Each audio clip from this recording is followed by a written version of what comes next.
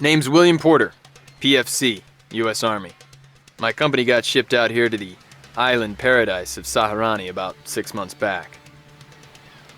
Seemed like a real boondoggle at first. Lie on the beach on an island in the bumfuck middle of the Atlantic with not much more to do than spend our beer vouchers. Between hangovers, we tried to teach the grunts of the kingdom of South Saharani the finer points of soldiering. Much good as that did. Why they need us here in this sweat-soaked hole, I don't know. The commies in the Northern Democratic Republic of Saharani, on the other side of the island, used to have a hard-on for the royal family. But it's been 7 years since anyone so much as fired a bullet over the border. Theory is that training the royals to defend their country will lend stability to the region. But they mostly just want to know how to march pretty in parades. Don't understand it myself, but it beats being used for target practice in the big sandbox, I guess. Most of us have already bugged out, but my company drew the short straw and got stuck with the wrap-up. Saharani is as beautiful a place as you'd ever want to see. Nice people, sunny beaches, majestic mountains, lush forest. But there's little a finely tuned soldier can do here but rust. Can't say I'd be sad to see this place get sucked into the sea behind us when we leave.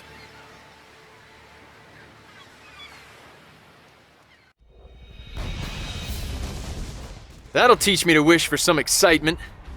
1 minute I'm patrolling the beach, the next me and my buddies are racing around the island, dodging bullets, everything foobarred to hell.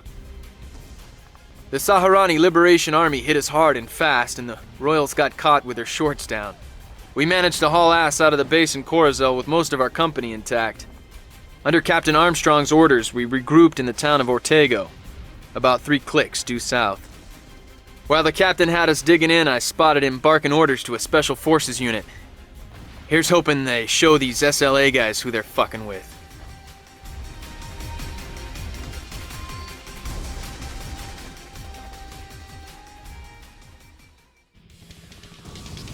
Ortego was a total clusterfuck.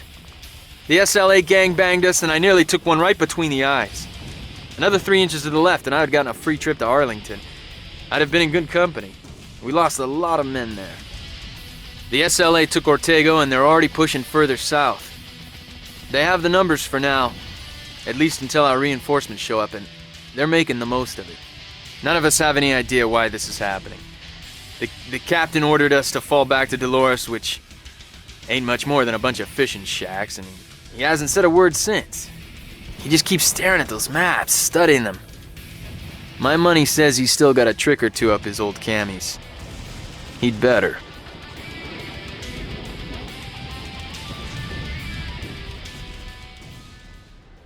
Ha! The captain's plan went down like clockwork. We hit them hard and fast, then ducked back into cover again. That took out some of their armor, but they still pressed us back out of Dolores, northwest towards Samato, us playing tag with them the whole way. Word is help is on the way. Our new orders are to double time it to Paraiso, the royal capital, and secure the area around the airport. After all, our friends need some place to land.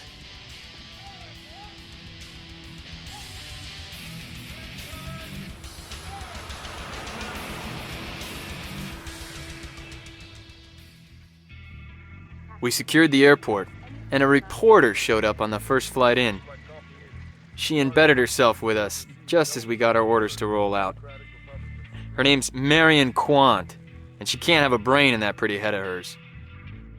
She hauls her cameraman right up into the line of fire like our microphone deflects the bullets. We're on our way to the North Shore to clear the beach for the arrival of our reinforcements. For a while, we thought the SLA had run out of steam when they broke off fighting near the airport. Seems like they just decided to head us off at the beach. This place is lousy with them. Enemy in sight! I swear, right up until those Harriers came screaming in over our heads, I thought we were all dead. As it was, most of us already were. The reporter and her cameraman were KIA soon after the shooting started. No matter how much we shouted at them, they kept standing right up there on the ridge. I'm sure they got some great footage. I finally got a night's rest after that, but we were up again at them the next day. Colonel Davis, our new CO, led the counterattack, and we shoved the SLA straight back to Corazol. Now we just need to dislodge him from there. I hear the NDR is finally talking with reporters. Torres, their prime minister, says he had good reasons for ambushing American troops like that. I can't wait to hear them.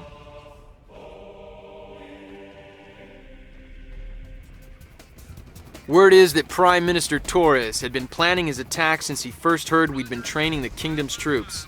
He just planned to launch it once we were all gone, or so his story goes. Some snafu. The politicians stepped in then, and it seemed like they were gonna let Torres off the hook, as long as he promised to be a good boy again. Then we learned the SLA troops had massacred defenseless locals on their way back home. It didn't take long to confirm all this. Video doesn't lie. At least not crappy stuff like that. Soon after, we got our new marching orders. To invade the north and take Torres down.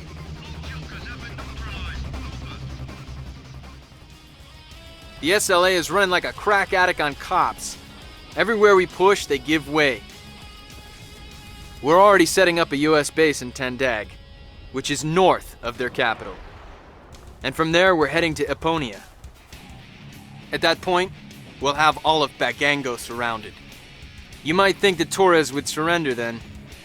Well, that's the hope at least. I don't know, though. That would mean he's a lot smarter than he seems so far.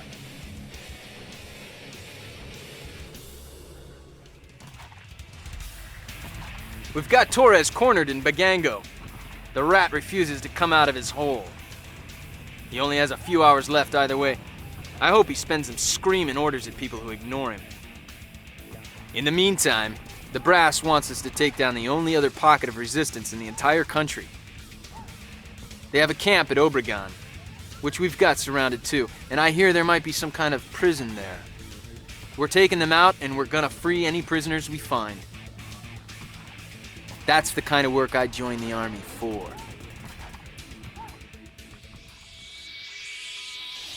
Halfway into Bagango, we started taking fire from some SLA troops dressed in royal uniforms.